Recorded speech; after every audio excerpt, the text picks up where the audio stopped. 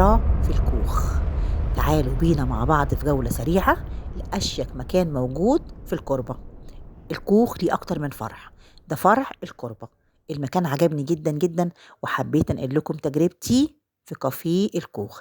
يلا نخش مع بعض ونتفرج على التفاصيل الجميلة والديكوريشن الرائع في أجمل مكان ممكن تروحوه. يلا بينا.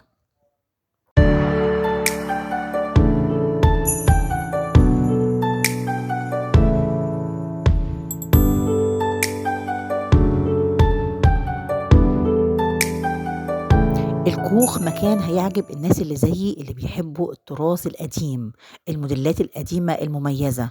أنا من عشاق الحاجات القديمة الكلاسيكية، وزي ما انتم شايفين الكوخ يتميز إنه كله قطع نادرة. كل قطعة في المكان ليها ذكريات معانا من زمان، أشكال الكاسيت القديم، منظر الترابيزات، منظر الكراسي، السجاد، اللوحات. هتلاقوا قطع نادرة جدا صعب تلاقوها في أي مكان، لكن في الكوخ كل ركن فيه هتلاقوا ديكوريشن يجنن. ده من وجهة نظري، أنا بحب الكافيهات اللي بالمنظر ده. الديكور ده يستهويني جدا ويشدني وأحب أقعد فيه وأحس بسعادة غير طبيعية وأنا موجودة في الديكوريشن ده.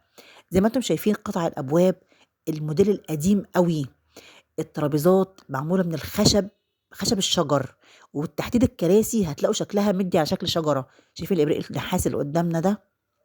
هتلاقوا حاجات كلها مختلفه صعب تلاقوها في اي مكان. مجمعين قطع نادره وقديمه ترجع لسنين كتير قوي ورا، لكن شكلها مدي المكان رونق وشياكه مش طبيعيه بجد.